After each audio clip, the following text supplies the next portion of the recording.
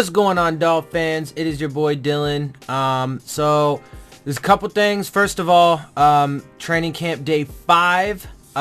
So I got, the insider news notes, right? Just all the stuff, that the tweets and then the stuff coming from the media about today's practice. So we'll get to that. Also, there was a interview done with Brian Flores. He held a press conference today. And so I will have that video at the end of my video so you guys can see that for yourselves, see what he had to say. And I do have some comments on that, in regard to some of the things that he had said. But we'll get to that in a bit. I'm going to start off with, the training camp stuff and what's going on today, the news for today. Jesse Davis also getting look at first team right tackle. Remember, this is all experimental for now, nothing permanent. Will Holden at right guard for now, Kilgore at center, Tunsil at left tackle. 3 changes to Dolphins starting offensive line today. Jesse Davis at right tackle, Will Holden at right guard, and Michael Dieter at left guard. And remember, they just fired their offensive line coach, so they now have a new guy. Jesse Davis lining up at right tackle this morning, played every snap at right guard last season, though he ended this spring at right tackle. Because remember, they've already been trying him at right tackle, so that's actually nothing new. Let's see, Will Holden at right guard. I actually don't know who they had at right guard when Jesse Davis was playing at right tackle before. I think it might have been Holden, but I'm not sure. So I don't know if that's exactly new or not. Him being the replacement, but they have tried, moving Jesse Davis out to right tackle already, because they weren't sure if like Zach Stirrup or Isaiah Prince, the guy that they drafted, if these guys were going to be able to cut it, so they're moving him out there. Which, I mean, look, in the summertime, during training camp, obviously is when you want to cross train guys, and so on and so forth, but I mean, look, they're about to play a preseason game in a week and a half. It's not going to be long before they, are going to need to know who their 5 guys are so they can get continuity. I mean, look, frankly, they should have that figured out before the first game, even though, the starters probably won't play long in the first game. That's the first live fire. I mean, it doesn't really count for the season, but there are points. There is a winner and a loser, so on and so forth. And it's the first look you get. That's when they should have the offensive line solidified. But it doesn't look like that they're going to have that, or, be anywhere close to that based off of how they're moving guys around and based off of the comments that they're making, that the coaches are making, and so on and so forth. So, do they got to do everything they can to figure out who the best 5 guys are going to be? Yeah, but, those 5 guys at some point are going to need to, and because Brian Flores even talked about it in his press conference today, continuity in that, in communication across that group is paramount. And so you need them to have that time together. So I think personally it'll be problematic if they haven't figured out who their top 5 guys are by then. So we'll have to wait and see how that goes. But so far it's not looking like they will at that point. It looks like they're so far it seems like they don't intend to have that starting lineup until maybe midway through the preseason, which to me, or whatever, maybe not even until the very end of training camp and preseason. Who knows, which to me personally that would be very problematic, but we'll see what happens and how it plays out. The Dolphins offensive line now has 3 changes. Yeah, we just talked about that. On Sunday, Pat Flaherty said Michael Dieter is a long ways away. On Monday, Flaherty was fired. On Tuesday, Dieter is in the starting lineup. Yeah, that's interesting. So if you guys know, I put all the coach interviews in my previous video, and Pat Flaherty was one of them, and he did say that Michael Dieter is a long ways to go. And look, this Adam Beasley just made that connection. I made that connection too in my head. I'm like, man, after I saw that video, I was like, man, I wonder if this has any, and frankly, I'll get to this in a bit when I talk about the press conference, but Brian Flores didn't really give any real answer as to why he did it, and literally just said the entire time that he went with his gut. But we'll get to that more in a minute anyway. We'll get to that in a minute. But I did find it really curious and was like, man, I wonder if that has anything to do with it. And so this is really fascinating, but also because there have been other reports and stuff that, and I've talked about it, that you guys might be able to hear my cat in the background playing with one of his balls on his cat condo. It's right here. Anyway, so he's funny. I know you guys probably can see him walking in the background sometimes too. He tries to walk in front of the camera occasionally. I gotta like push him away. Anyway, so back to topic here. Oh yeah, so there were other reports, and I've been talking about it and stuff for a little bit now, about how, apparently Michael Dieter is coming along slowly, and we need him to pick it up. And so it's curious, right? Like, I think Pat Flaherty was probably, I mean, this is my perception of it, but it seemed to me like he was being just really super candid and honest about it. Yeah, he's got a long way to go. And I mean, I don't know, like, I don't know if that's why or had anything to do with it. Like I said, we'll get more into into that and what Brian Flores had to say in a minute, but it is strange. At the very least, it is strange. It is strange. And yeah, and so Dieter now is in the lineup, and maybe, I don't know. I mean, I suppose maybe there's a possibility that Dieter just wasn't getting enough with but I just don't see, like, to me, that just doesn't really make sense. Like, I was going to say maybe Dieter just wasn't getting enough time with, like, the ones or whatever, and he just needed more time to come along. But it just doesn't make sense. Because, I mean, not only did Pat Flaherty say what he did and all these reports, but he was a dude that was picked in the 3rd round. And frankly, that might have even been a little high for him, because, at that point, we were kind of desperate for an offensive lineman. But anyway, so regardless of that, though, but I mean, like, he wasn't picked until the 3rd round. It's his first year. He's a rookie. So obviously he's going to need time to adjust and so on and so forth, like any other player at any other position, no matter where they're picked.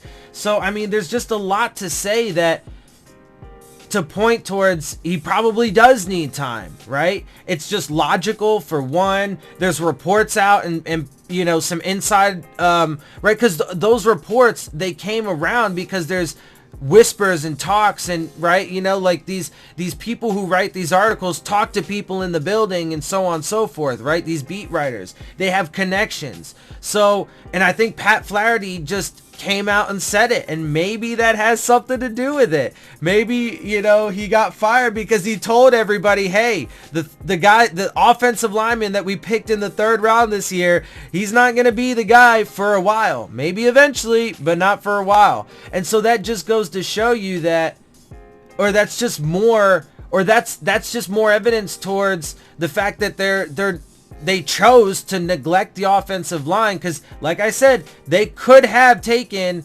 Garrett Bradbury with number 17th overall to the Minnesota Vikings. Okay, we could have gotten him before that. Our pick was obviously before that. We could have taken him. There was a run on defensive linemen in the 1st round, but we chose to then take a defensive lineman. Again, nothing against Christian Wilkins, and I think he's going to be a good player and so on and so forth, but then they didn't. And look, even Chris Reed, right? One of the guys that they brought in, that I told you guys, just based off of his career, it's not my opinion, it's off of his career, right?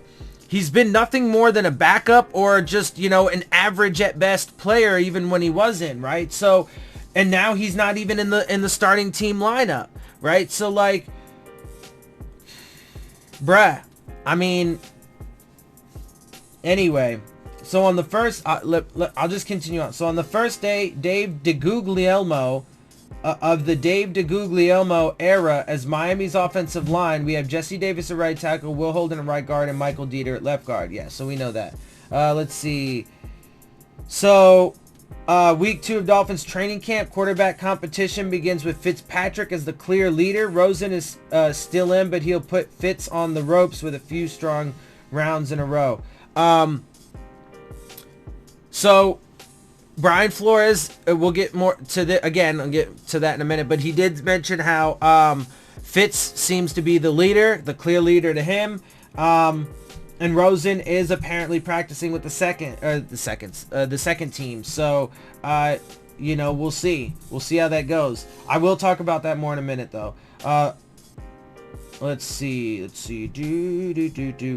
Fitzpatrick winning the Dolphins job should be a huge plus for Kenny Stills' fantasy stock. Well, I don't really care about that, really. I just want, damn it, I want us to win games, and I want us to be good, like, legitimately. Linebacker Kiko Alonso not yet spotted at today's practice. We'll keep looking. I just got a text from somebody at Dolphins practice. Simply read, Josh Rosen looking like Pat White today. Matt Infante tweeted that out. I just got a text from somebody at Dolphins practice. Simply read, Josh Rosen looking like Pat White today. I'm honestly not sure what that's supposed to mean. So you guys can hate on me for not, I guess, knowing enough about football and who Pat White is to know if that's a good or a bad thing. But somebody let me know, and I'll look into it for sure. I will definitely find out who Pat White is and get back to you on that. But that's interesting. So for those of you who know, you know, whatever.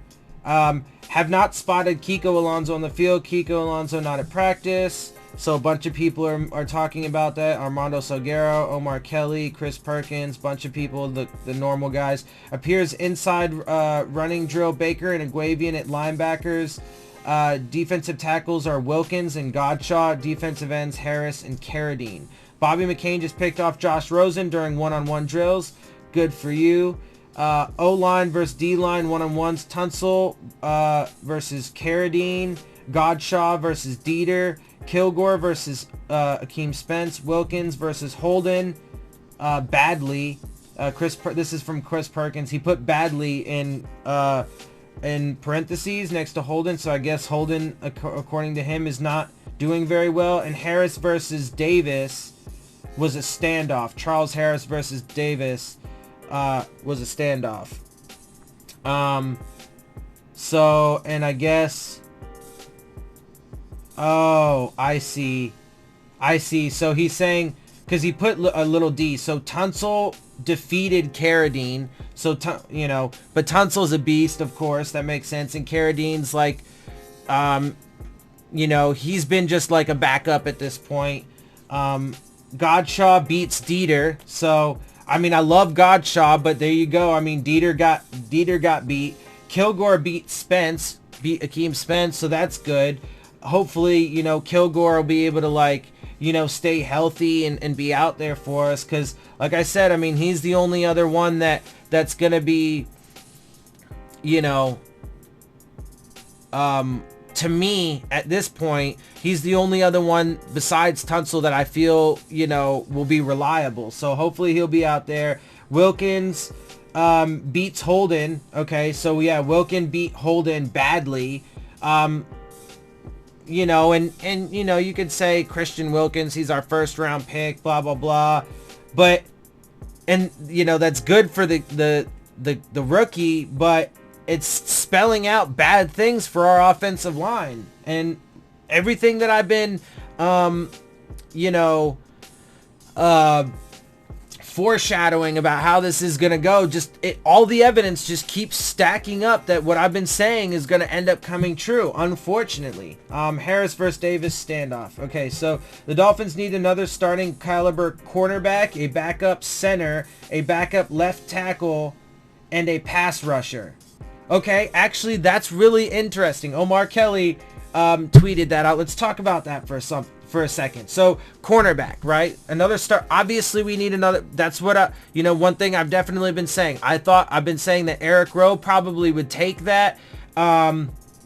Montre Hardage apparently has been doing some really nice things though in camp so far. So if Eric Rowe can't, maybe he can. And then even if Eric Rowe does take that job, then maybe Hardage will continue to grow and develop and be there just in case, or when we need to have more, defensive backs on the field or what have you, or if somebody gets hurt and can come in and play well.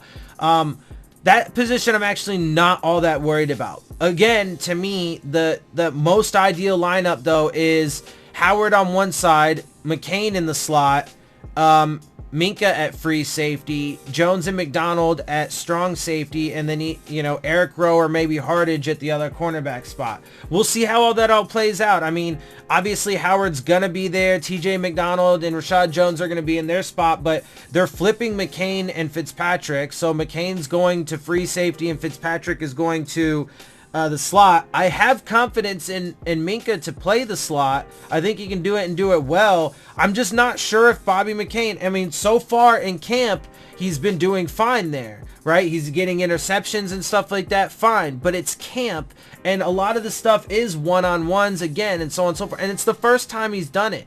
Who knows how it's going to go? Now, look, I mean, for sure, I love Bobby McCain. He's definitely a dog. He's a fighter. I think he's got the heart and the drive and the work ethic and all that stuff to do it. I think he's smart enough. I think he can handle it, in a lot of ways. Does he have the physical capabilities and stuff? Who knows? So we'll see. I think that just naturally, though, and based off of how things get, because like I said, it's the first time that he's ever doing it. So I think generally, but maybe he can prove it to me. So if that's the case, but again, I'm not super worried about our defense. I think our defense is going to be one of the stronger suits of the team. And I do think that our secondary is one of the strongest parts on that, on the defense. So I'm not overly worried about that. To me, it makes more sense, though, to just have Bobby McCain at the position that he is for sure a beast at and that he got paid for, right? He got paid as the highest paid slot corner for a reason. And that Minka can ball out at free safety. But, and again, it is camp, so fine. They can get the benefit of the doubt there and so on and so forth. And maybe it'll work out in that regard, whatever. Backup center. Again, I talked about this, I think, in my last video. After Kilgore, who the fuck is it? We don't know, right? We just don't even fucking know. We have some guys that have maybe done it a little bit before. I think Jesse Davis, but he's playing like 4 positions at this point. 2 positions, really. Right tackle and right guard. But he has played center. He could play center. He's played it for us before. So, But who really? And if we did have to move him there, then that opens up other spots, obviously. So we don't have and if Kilgore gets hurt or something, then we're like fucked at center, which is a possibility. He went out last year. He got hurt last year, right? So, and he's only a year older, right? So that is a major concern. A backup left tackle. Yeah, that's a pretty major concern. I actually hadn't even thought about that, right? Because I'm so banking on Laramie Tunsil being in there and having quality play at that position but he's gotten hurt a couple times. One of them was a freak thing where he slipped in the shower, right? Or getting out of the shower, whatever it was, right? And he like twisted his ankle a little bit. But last year he got hurt too, right? And so, we don't know who our backup, and certainly without question there is going to be a drop off in play because Tunsil is a beast, right? So that is huge, a huge question mark. So look, man, we've got so many question marks along this offensive line, both in starting lineup and backups, dude. Like, the offensive line is going to be worse than it was last year and the year before that. It's going to be, because it's not only like, because we were already having struggles and already had holes to fill and so on and so forth. Left guard, coming into this year, we needed to fill left guard, center, And right guard. Sorry. Left guard, I had a piece of skin on my lip that was bothering me. We had left guard, center, and, you know, maybe center. We still had Kilgore. But if they would have kept Josh Sitton, left guard could have been, at least for this year, manned. If they would have not let Jawan James go, then they could have had right tackle. But then they let these guys go. They cut Sitton. They let James go. And they just created all these holes. So now we don't have, you know, starting lineup that we can be confident in. And then our backups, dude. And people are gonna get hurt, man. And it's a recipe for disaster, especially then with the quarterbacks that you have to play with. We'll get more into that. And a pass rusher, yes. And so, you know, as I've said, I think that the weakest spot on our defensive line and probably our defense as a whole is pass rusher, especially because, why? They cut Andre Branch, which I agreed with. Robert Quinn, I was indifferent about, but we need pass rush help, and I personally would have kept him. But I absolutely 100% unequivocally, no matter what, would have kept Cameron Wake. Without question, point blank, bottom line, period. But they let him go. Right? So again, they allowed massive holes. And look, it's bearing out already through training camp. It is bearing out already the things that I was talking about months ago when they made these moves initially, right? I said they are creating massive holes on this team. And so, look, people bitched about how last year we didn't get enough sacks. Yes, but damn it, we were at the top of the league for interceptions, and Xavier Howard led the league in interceptions. Tied, I believe, to be accurate, with, I believe, Will Fuller with 7. Why is that? Because, yes, we weren't getting the sacks, but we were getting the pressures. We were disrupting quarterbacks, taking them off their timing, and we got the interceptions, right? But now our defensive ends, our pass rushing is weakened, right?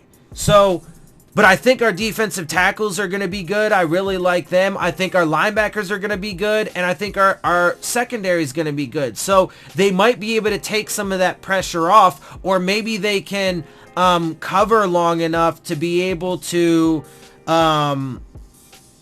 you know, get there, to get home. Maybe that is possible. And especially if, you know, Brian Flores is a defensive-minded head coach. He seems to be pretty good at it. We are changing our scheme. You know, it's going to be a hybrid 4-3-3-4, so that does potentially give you more flexibility and more room to confuse offenses and quarterbacks and so on and so forth, especially the young ones. So maybe, and again, I do think the defense is going to be the strength. So maybe, you know, the rest of it can cover up for the fact that our pass rushers are going to be lacking, right?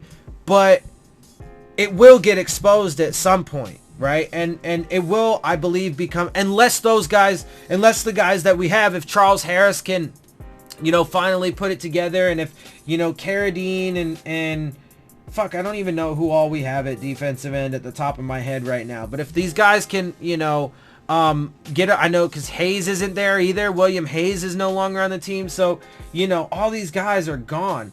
And anyway, and so, and already through camp, they're having, you know, difficulty setting the edge. William Hayes was a phenomenal run stuffer on the edge and amazing at setting the edge. Cameron Wake did a good job. He wasn't always the best at it, but he did a pretty damn good job.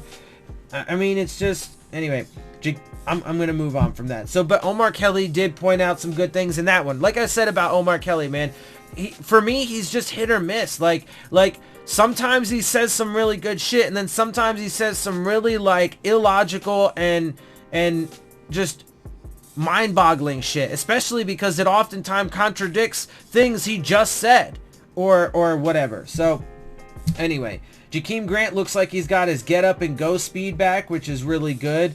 Again, I mean, if our offense is going to do anything, it's going to be predicated on super quick passes, and we're going to need guys like Albert Wilson and Jakeem Grant to do what they were doing last year before the offensive line got injured and before they got injured. Bobby McCain just picked off Josh Rosen during one-on-ones. Will Holden, a second-year player out of Vanderbilt, is listed as a tackle, but he's working as a starting right guard with Jesse Davis holds it down at right tackle. My bad, Stirrup was at left tackle on that previous play, replacing Tunsil briefly. Zach Stirrup, for us, he's been at right tackle mostly, and I think that's what he's done most in his career, but I think he does have experience at both left and right tackle, if I'm not mistaken. So he is an option, and I guess he just went in for a minute. So, you know, but at the same time, though, he also did get pulled off of right tackle for Jesse Davis. When they put Jesse Davis at right tackle initially, it was because him and Isaiah Prince weren't cutting it, right? So, you know, take that for what you will. Christian Wilkins picked up a fumble. Nobody ran to the TNT wall, getting soft. That was Omar Kelly, and there was a question mark after getting soft. I don't know, because, you know, Brian Flores is getting praised for his discipline and so on and so forth. I don't know, you know, I don't know if that means anything. But if you look at it, theoretically, there was a mistake. Somebody fumbled the ball, so I guess somebody is supposed to run to the wall, and I guess nobody did. So, I don't know. Again, take that for what you will. I mean, look, all of these things are just little bits of context, right? That are important when you put the whole thing together. So, but take it for what you will. Maybe it means nothing. Maybe it means something later on. Xavier Howard picked off Jake Rudolph during tandem work, which is 3 defensive backs versus 3 wide receivers with a quarterback throwing. Jonathan Ledbetter and Van Ginkel getting first team defensive work for Phins today. Interesting. Ledbetter, I think, is a defensive end. Tank Carradine with a tackle in the backfield for a loss on Kenyon Drake. He beat Laramie Tunsil to get back there. That's interesting. I don't think stuff like that will hold. Tunsil's going to handle his shit, but that is interesting. Carradine with tackle for loss. Didn't see who he beat. Nice play by Carradine. Very athletic. Apparently it was Tunsil. New addition to the Dolphins' first team defense. Yeah, Jonathan Ledbetter at defensive end. Tank Carradine is working with starters. Got that. Fitzpatrick with a first down completion to K Stills. Next play versus Carradine, and Tunsil runs him 4 yards off the ball on a run to the right side. So see, there you go. Tunsil was like, bruh, nice one. You got me. You got me there. But I'm going to get you the next time. Don't you worry. And then there you go. Next play versus Carradine, and Tunsil runs him 4 yards off the ball on a run to the right side. The run was to the right. Tunsil's on the left. So that means Carradine is lining up opposite him. And he just ran him 4 yards off the ball just because. But see, that's why you love Tunsil.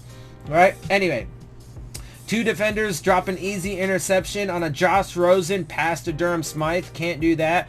So, yeah, your defensive backs or whoever it was can't drop that. But Josh Rosen almost threw another, and he's obviously been struggling pretty immensely so far. Rosen not doing himself any favors today. His throw across the middle was later than me to 8 a.m. classes at Syracuse. Adam Beasley. He's a funny guy. I think he's kind of funny. He says some... I actually tend to agree with him, generally speaking. You know, Armando Salguero, too. Those are guys that I seem to be on most of the time. I disagree with them occasionally. But anyway, so... But that's not good, and that was... If you guys watch my last video, I put... breakdown. There was a couple videos. Strong Opinion Sports, the dude who does that, he made a couple good, very good film analysis videos of Rosen and Fitzpatrick, and that was one of his main criticisms is that Rosen is late a lot.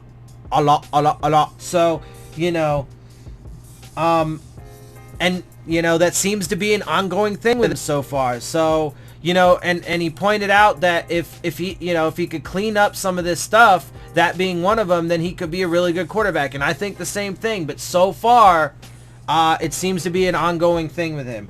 Josh Rosen is working with second-team O-line, but wide receivers are starters, and Kalen Ballage is in the backfield, so he's seeing some work with the starters. Jerome Baker just laid the wood on Chandler Cox for a no-yard gain on a reception. Good for you. Break the fullback in, show him what it's like. So just the Cameron, what's this? Let's see.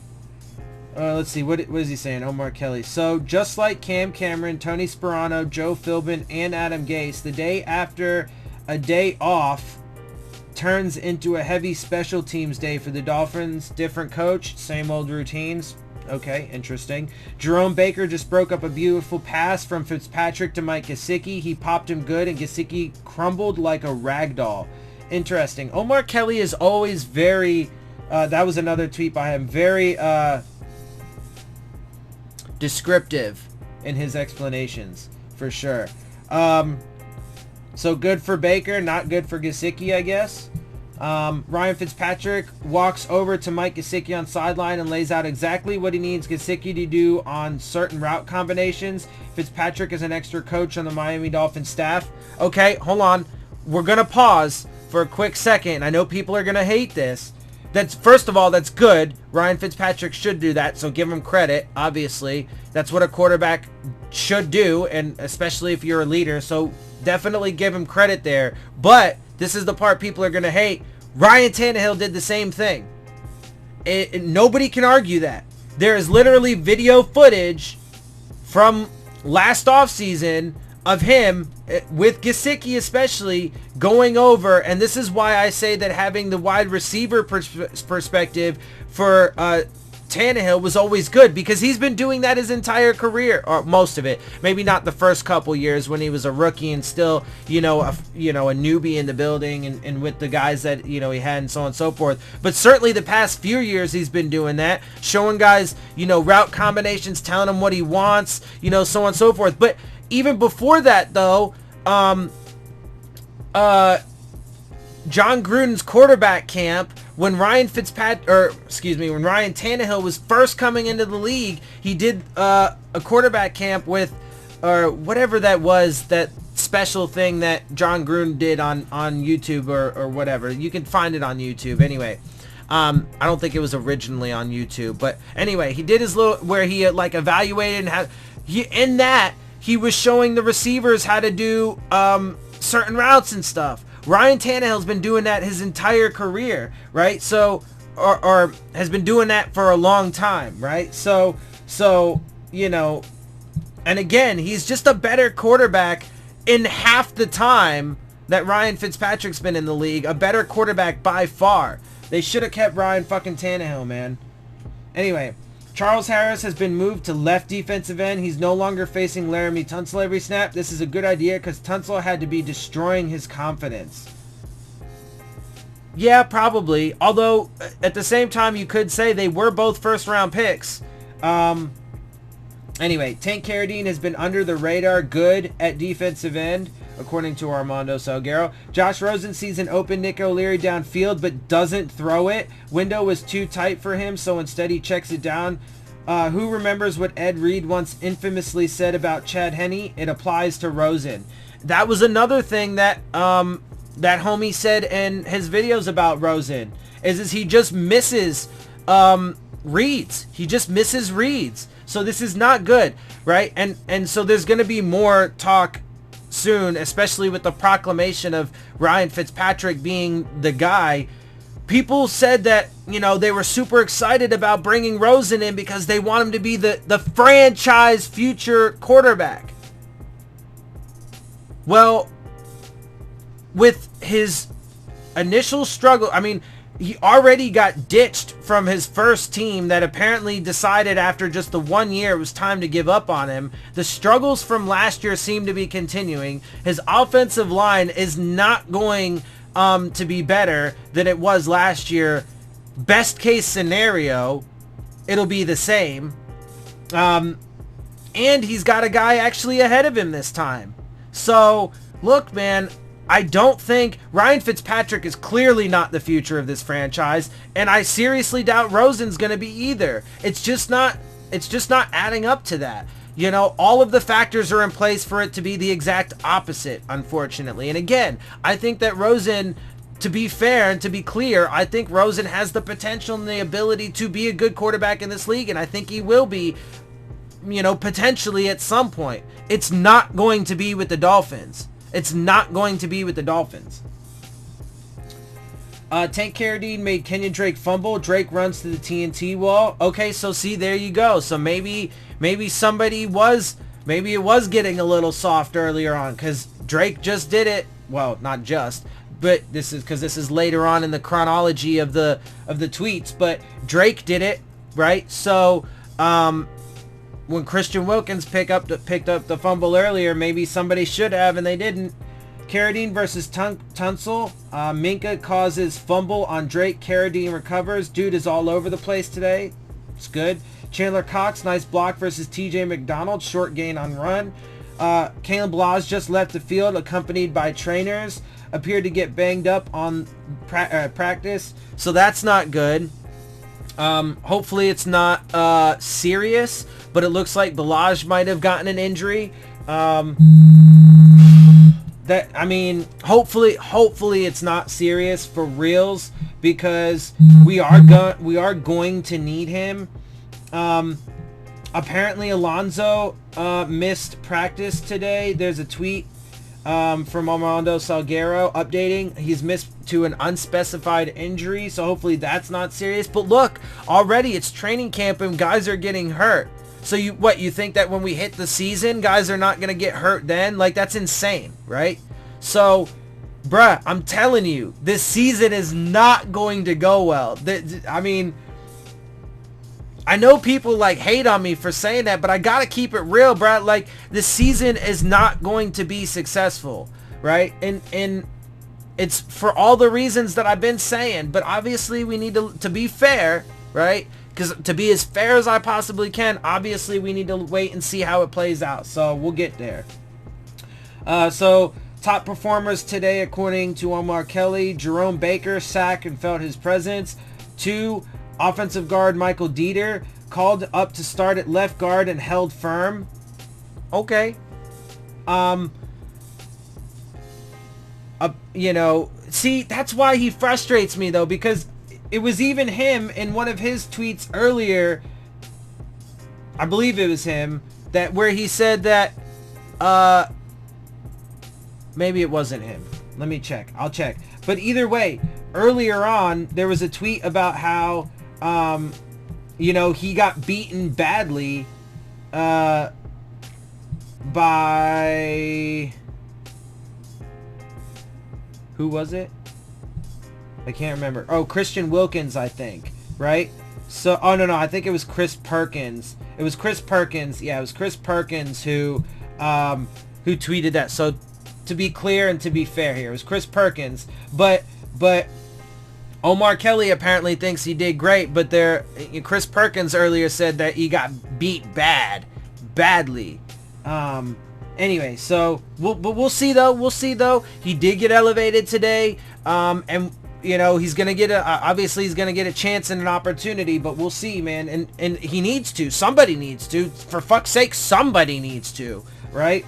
3, defensive end Tank Carradine, forced fumble, decent day as a starter. Let's see. Yeah, man. So, I mean, I don't know, bro. Like,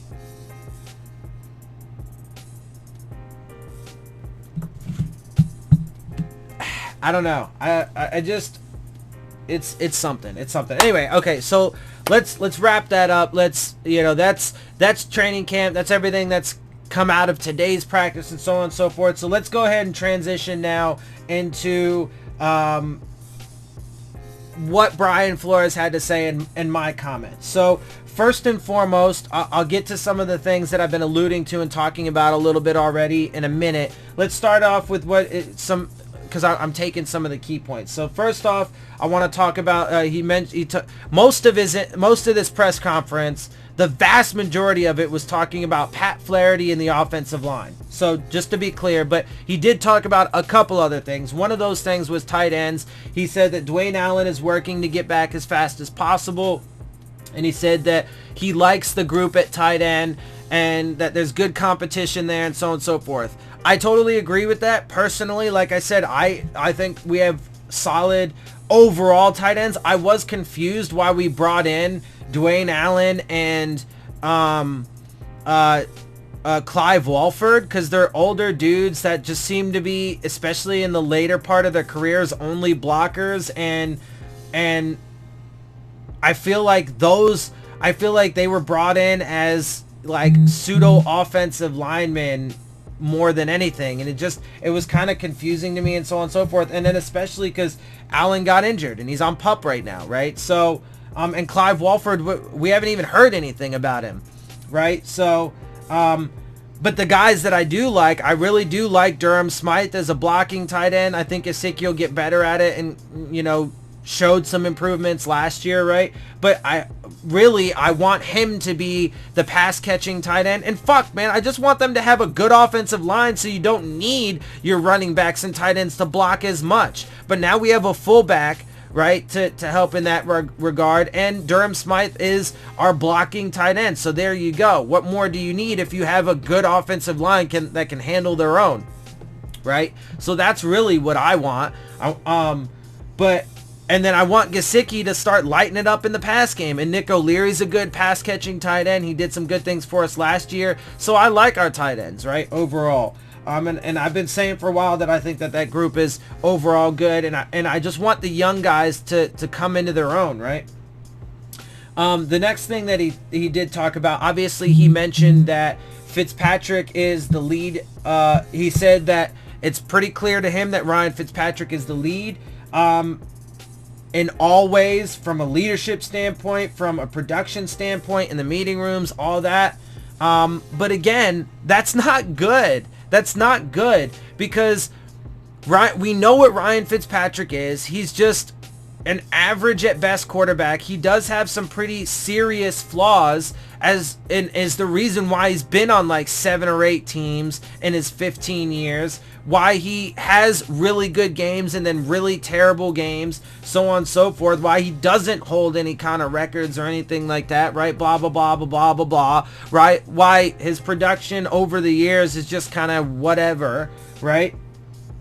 We know he's not going to be the future of this franchise. Ryan Tannehill, in all ways, shapes, and forms, would have been the better veteran to have, but whatever. And then it's, he's going to be playing behind a bad offensive line this year, right? But he will start. He's going to be the starter, right? And then it'll probably be somewhat similar to last year, when he was with the Tampa Bay Bucks. He'll start for a few games and then eventually get replaced because he'll prove to be inconsistent and kind of suck. And then people will get fed up with it. But I honestly don't think he's going to have the stellar games that he had last year, because last year he had a far better offensive line. I think our weapons at the skill positions are really good, but he had a far better offensive line. So I don't think he's going to ball out like he did last year, right, at any point. But he might actually win you more games than you would want if you were tanking to get the number 1 spot. Although, frankly, I just don't think we're going to win more than 3, maybe 4 games, like at best, if I'm being honest, if I'm just being totally honest. And I think Fitzpatrick's going to be a lot of the reason for that. And Rosen's not going to do any better, in my perspective, coming in lieu of Fitzpatrick, because of the offensive line and so on and so forth, and he seems to be showing struggles. But again, it's also not good, because then it's an indictment on Josh Rosen, and people want him to be the franchise quarterback for the Dolphins. So it's not saying good things about his chances to be our franchise quarterback if he's showing to continue to have the struggles from last year. If he can't beat out the old fucking, fogey Fitzpatrick, and he's not going to have a good offensive line this year when he does play. So it's super problematic. Okay, so now getting into the bulk of what he had to say. So he talked about Pat Flaherty, the firing and the offensive line quite a bit. So again, as I did mention, frankly, if I'm being honest, he didn't really say any specific reason. In fact, he said specifically that it wasn't any just one thing, and that it's been on his mind for a while, and that he just went with his gut, right? So he didn't really give any details or really any concrete evidence or reasoning for it. Does he have to? No, not really, but I mean, you fired your offensive line coach 1 week into training camp. People are fucking curious. I kind of want to know, right? But he didn't really give an answer. He totally kind of beat around the bush, deflected a lot, a lot of coach speak and PC shit, right? So, I mean, look, honestly, to me, that's not a good read. That's not a good look, if I'm being completely honest, right? A lot of people are talking about it like again, man, Dougley Do Wrong and TD Phins Talk. Those guys, Doug and TD, man, they're good guys. They're well-meaning guys. They got good intent. I know a lot of people like them. They got a lot of followers and subscribers and stuff. They're entertaining and they're fun-loving. They're good guys, but they're talking about it like it's a good thing. Like, oh, he's being tough and yeah, he ain't playing. He don't mean no fucking bullshit. He ain't playing no bullshit. Dude, this is not a good thing. This is not a good thing, right? It causes more disruption on your team and within your staff.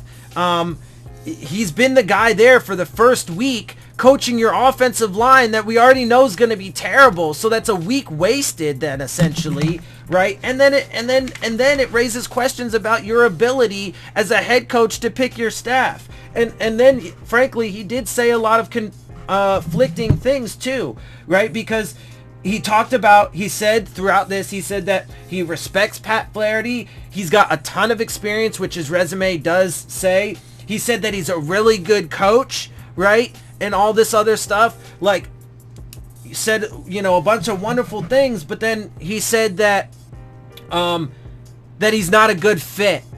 And specifically about early on in the interview, he was talking about Pat Flaherty specifically, and he didn't say specifically that Pat Flaherty wasn't a fit or didn't communicate well. What he said was, and this is why I said he was very beat around the bush with it, is because he was because the question was about Pat Flaherty and so on and so forth, why, whatever, and he's talking about he just felt like it was the right decision and he went with his gut and so on and so forth, but he respects him. But then he says, communication, we need proper communication and it needs to be the right fit. Okay, well, you hired the dude to begin with, so you couldn't have figured that out before, right? But then he does go on to talk about how for his offensive line, he needs a tough, smart, physical, disciplined offensive line with good communication.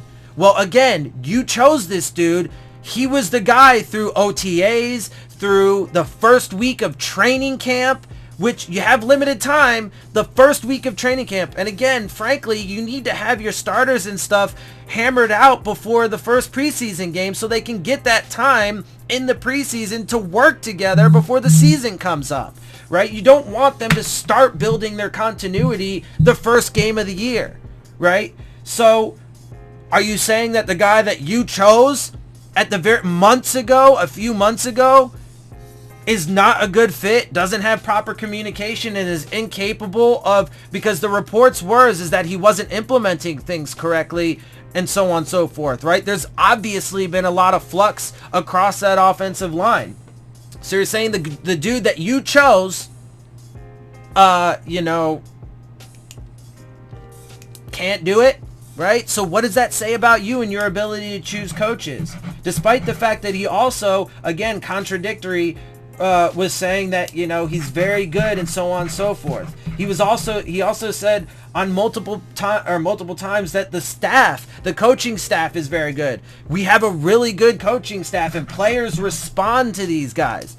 So why did you fire your offensive line coach? If you thought he was such a good coach, respected him so much, and all of his experience and so on and so forth, why fire him? Well, because one thing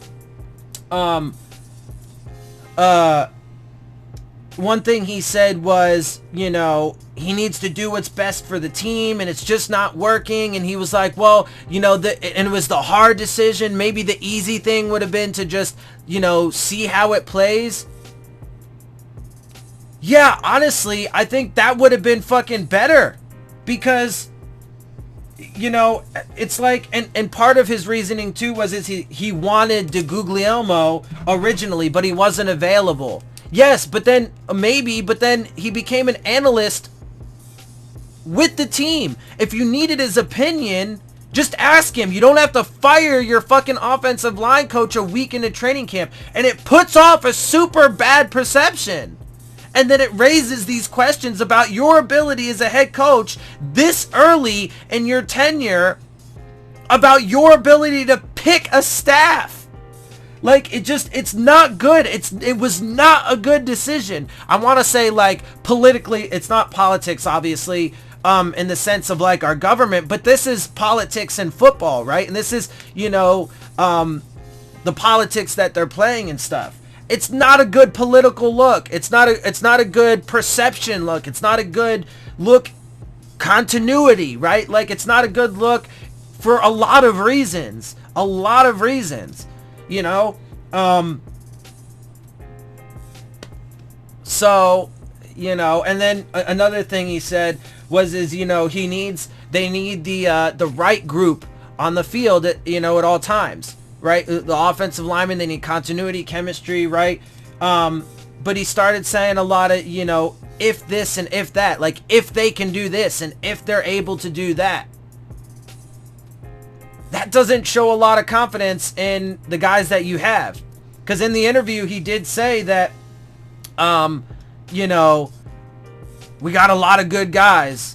Well, I don't know, man. The proof is in the pudding. And based off of some things that have been said, and with the way things are moving around a lot, like, it doesn't, I don't know, bro. I'm not buying that shit, frankly. And, look, man, I think this is going to end up being a huge disaster. I think this is going to blow up in a major way.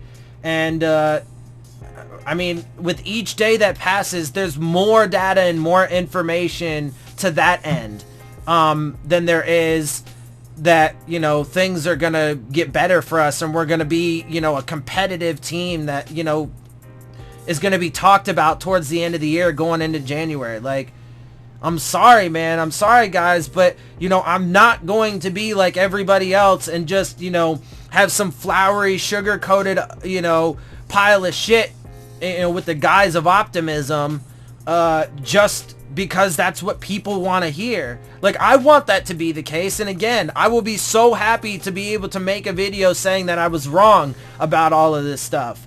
But, I mean, like I said, that just does not appear to be the reality that's based in facts and data and truth and context and blah, blah, blah that I'm seeing. So we'll see how it plays out. Anyway, so that's what I got for you guys today. That's training camp day 5. That is Brian Flores' interview. I'm going to have that attached to the end of my video here for you. So do absolutely check for that, or, you know, stay tuned for that. So I'm going to go ahead and get you off to that. I'm going to get out of here. I hope you guys enjoy my videos and my perspective, because it is different than most people, obviously. So if you do, make sure you hit the subscribe button. Make sure you hit the like button. Make sure you hit the bell if you want to get the alerts. Leave your questions, comments, and concerns down in the comment section. And, of course, as always, make sure you follow me on Twitter at Dillon Tartaro. And with that, I am out. I'll see y'all soon. Fins up.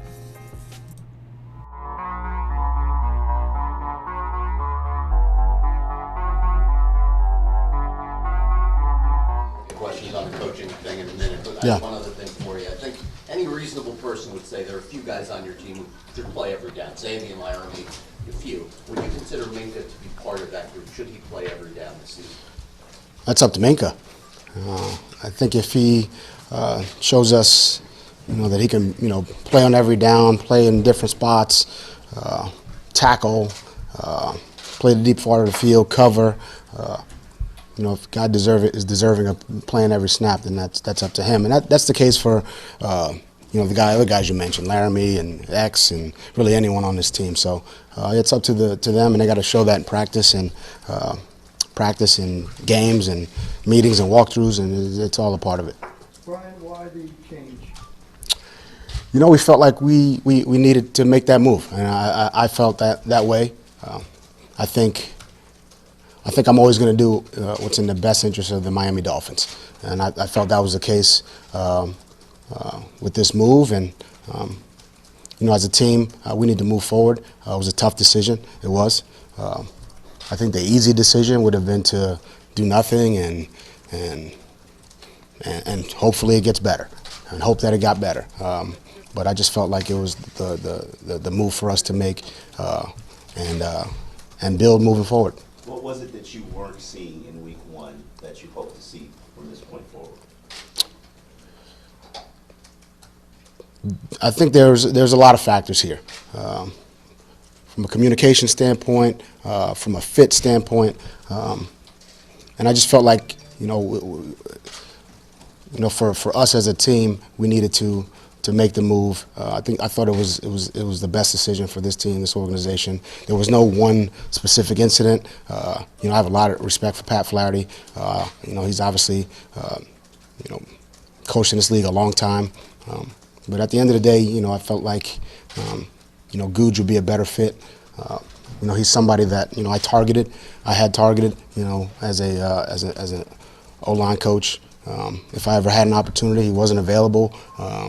When this process started, and then it became available, and we brought him in, and I just felt like for me and this team and our staff and that offensive line group that was the right move to make, or this was the right move to make. Coach, what do you like about Googe? You've now lost two of your top assistants, I guess, in 3 weeks. Are you concerned about the continuity of this coaching staff, and you think you're ready for week one, the changes you made? I'm not. I think we've got a very good staff. I think the players respond to the coaches on the staff. I think Dave's going to do a great job. I think Chad and the rest of the offensive staff is up for the challenge, and I honestly don't think we're going to miss a beat, to be honest. What did you tell the players about the decision? I told them that every decision I make is going to be in the best interest of this team. Right now and moving forward. There's some of those are tough decisions, and that's the truth. That's just it's as authentic as I can be. Nothing's more important than to me than this team, this organization, and that part of that's making hard decisions. And this was a hard one. It was. That wasn't an easy conversation. And but I think I went with my gut on this one. And I'm always going to do that. And I think that's if I don't do that, then I'm not being true to myself, and I'm not being authentic with how I feel about this team and this organization and where I want it to go. So I'm always going to go with my gut. What do you need to see better from your offensive line going forward? We need a tough, smart, disciplined offensive line that communicates well, that understands, where guys need help, understands what we're trying to do, in the run game, in the pass game, in the play action game, in the screen game. I just think we need a continuity in that room that and all five are involved. I mean, it's really a unit. It's not.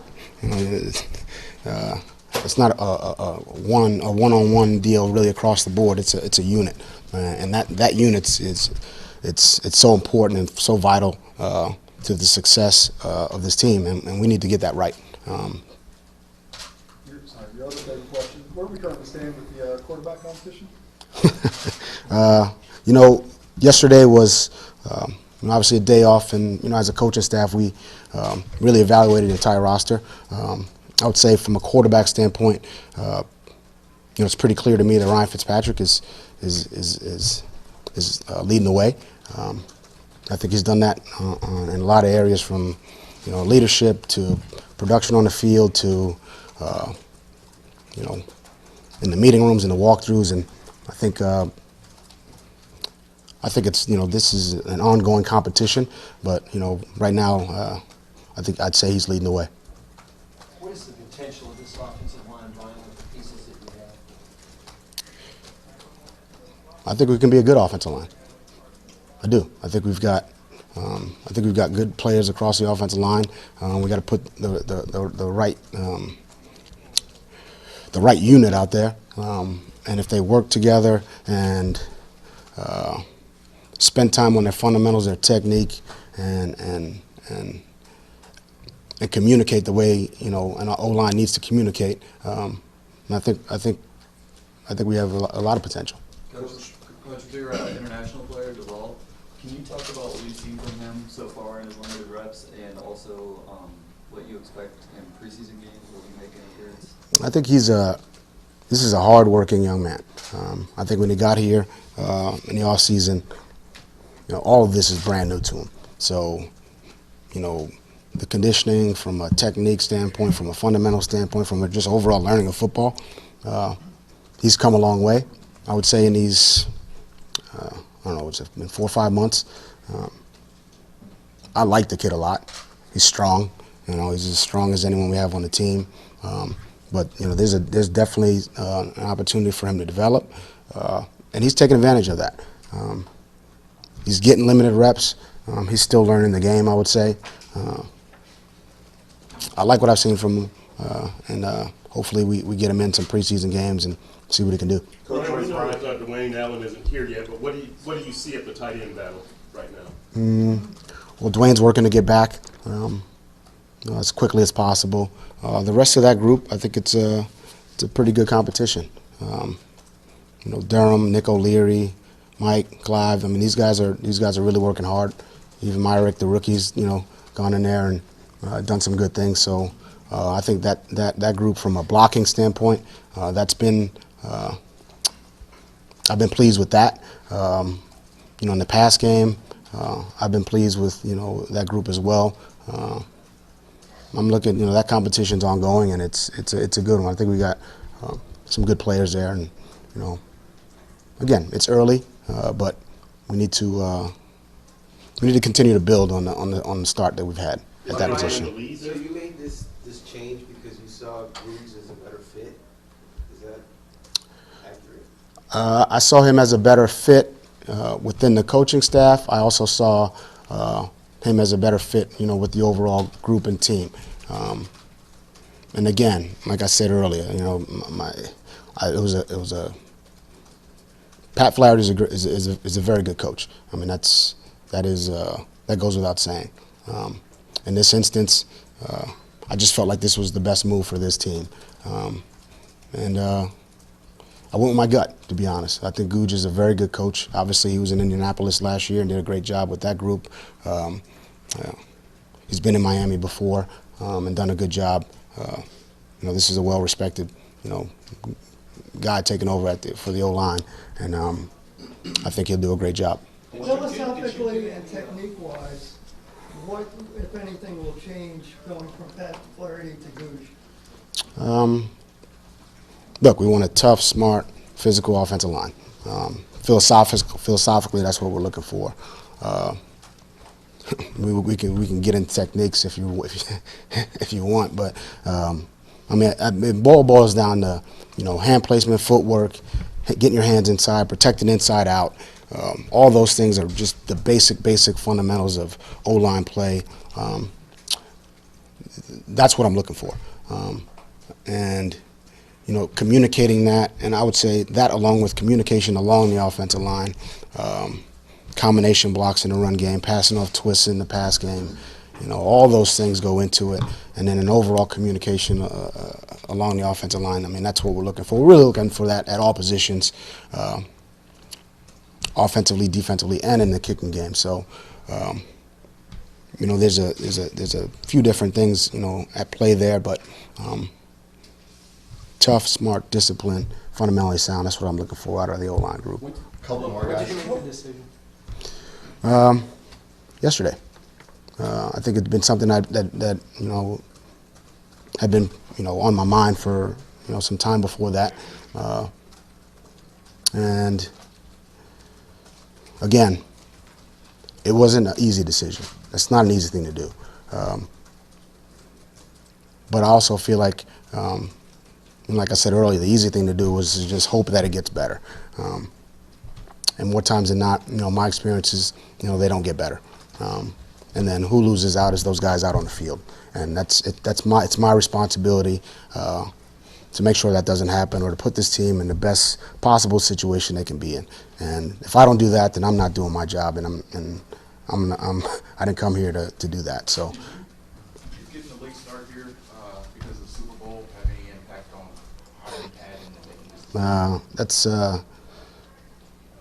it's hard to put a staff together. I think we did. I think we actually put together a very good staff.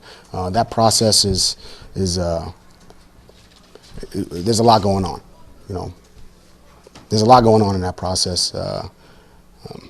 But I'm not here to make excuses. It is what it is. And I think for me personally, I got to move. I have to move forward. This team has to move forward. We have to do what we feel is best, and I think that's the case in this situation. So I'm not here to make excuses on it. Coach, with the quarterback situation, what have you seen from Ryan that puts him better at Josh at this point? He's been more productive. I mean, I think at the end of the day, that's what it comes down to. I think he runs the offense very efficiently. He has great rapport with the entire team. Has some leadership. No, not some. He has a lot of leadership ability, and we need that to continue. We need to grow him in that. And we need him to grow in that role. And we need all the quarterbacks to grow and improve and get better. And like I said, it's still a competition. Every day is a competition. I think they all know that. But as we stand today, I think Ryan's done a really good job, and hopefully he continues to improve and is consistent, and that'll help this team for sure. Alright guys, so you've reached the end of my video.